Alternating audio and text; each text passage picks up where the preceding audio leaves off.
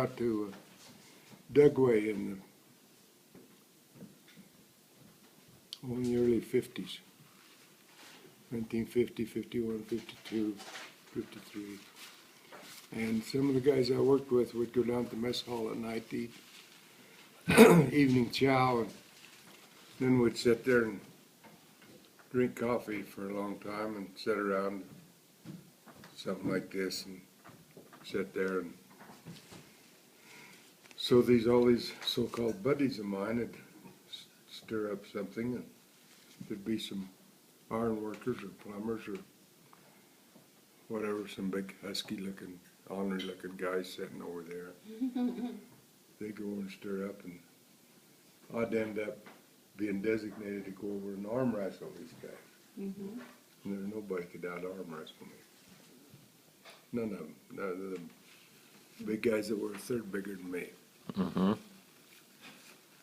You hauled hay on the farm. Huh? You hauled hay on the farm and you were strong. Yeah, that's just about milked a lot of cows and hauled a lot of hay, and yeah, when I went in the service, I was as hard as that, all over. I'd been working on the railroad besides all that farm work and stuff, and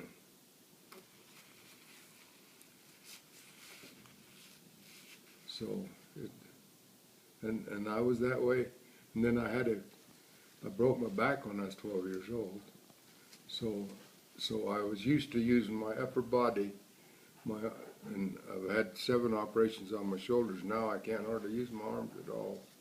I have a hard time scratching my head or combing my hair. But back then, in my younger years, I was real strong in my upper body and my arms and shoulders, and because of my broken back. Because I didn't lift things and do work like ordinary guys. I done it More up with your arms and shoulders. Yeah. Now, didn't your dad used to go and didn't he used to box or something? Were you telling me that? He was a champion wrestler. Wrestler. He used to take on all the. When I was young, they used to have these carnivals come to town, and they'd always have a tent of professional wrestlers with the carnival, and they'd they'd advertise. Local guys. Would take on anybody, any old farmers or anybody that think you're tough. Take them on, and if you can stay with so and so and them professional guys for so long or something like. Well, my dad used to go and take on all those guys and beat them all. And my dad was never whipped. Really? Yeah. Wow. He used to have big. Mother said that he'd come home some nights and he'd have big finger marks all down his body and everything, but big bruises. But he never was off his feet. Will you come bring that water over here, will you? Yep. Thank you. That's cool. So I don't know. Maybe it's in the genes. I don't know. But I think it is. Yeah. Thank you. Oh. Yes. You're gonna have shoes. Yeah, I'm just Stephen was a lot that way. I remember one day I went down to the high school, and this had just happened just before I got there. Some big punk kid thought he was the big bully of the school, and he acted like it. Big show off. Greg Johnson. I don't know, I had several fights in through. And he was out in front of the school, and he done something that Stephen was close by, and them two come to blows. And Stephen cleaned his clock and nothing flat. You remember when we owned the Frost Top down there on Oh, 8th yeah. North, where Bob's place was, and one night we were all in there working, and carload of roughnecks pulled up and jumped out and was giving the girls threatening the car hops and the girls, and I went out to see what was going on, and some guy come over and says, said, get out of, go back in the store, he says, or I'll just beat the crap out of you.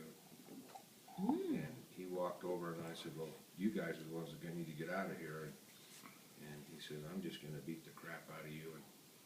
And I had an apron on around my waist, and he come at me with his fists, and I just beat him to a bloody pulp. You remember that, Dad? Yeah, I remember that very well. I knocked him down and rolled him. Oh, geez, I beat him to a pulp. Oh, I've never heard this story. Boy. And all the girls, and all the customers, everybody poured out. And, Really? well, it was right there in front of the frost top in the yeah, parking lot, yeah, right there in front of the lights and everything. Yeah, And all these buddies were sitting around watching, and they got back in the car, picked him up off the ground, and loaded him in the car and hauled him off, and that was the end of that. I wasn't looking for the fight, but this kid thought he was just gonna beat me up. Well, if they were harassing your car hops, we was down I to, remember when I went we was down to one of these kids' ball games one time, down to the Spanish Fork ball field. And me and Stephen was standing there by the wire fence. And I guess we was hollering something, and these 2 or 3 big husky guys was standing there close to us, was standing there, and they started hollering something, and I don't know, maybe I said something, but they was gonna thump on me, and Stephen turned around and grabbed this one guy by the throat and says, that's my dad. Boy, this guy shrunk to nothing and nothing flat. Oh, really? You did? I don't remember that. When I went to Fort Lewis, Washington for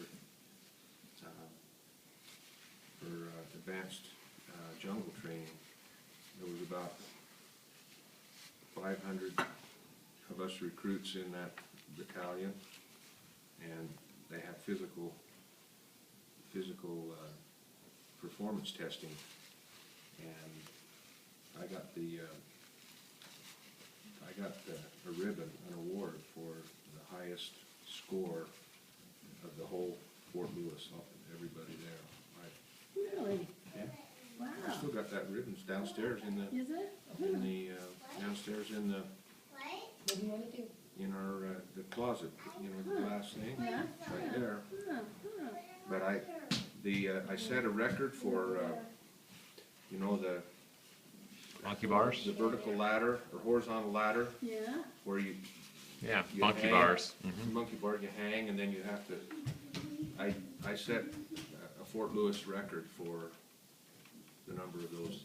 And the speed? Yeah, I don't know. I mean, I could go all day on it. I was so strong on my upper body.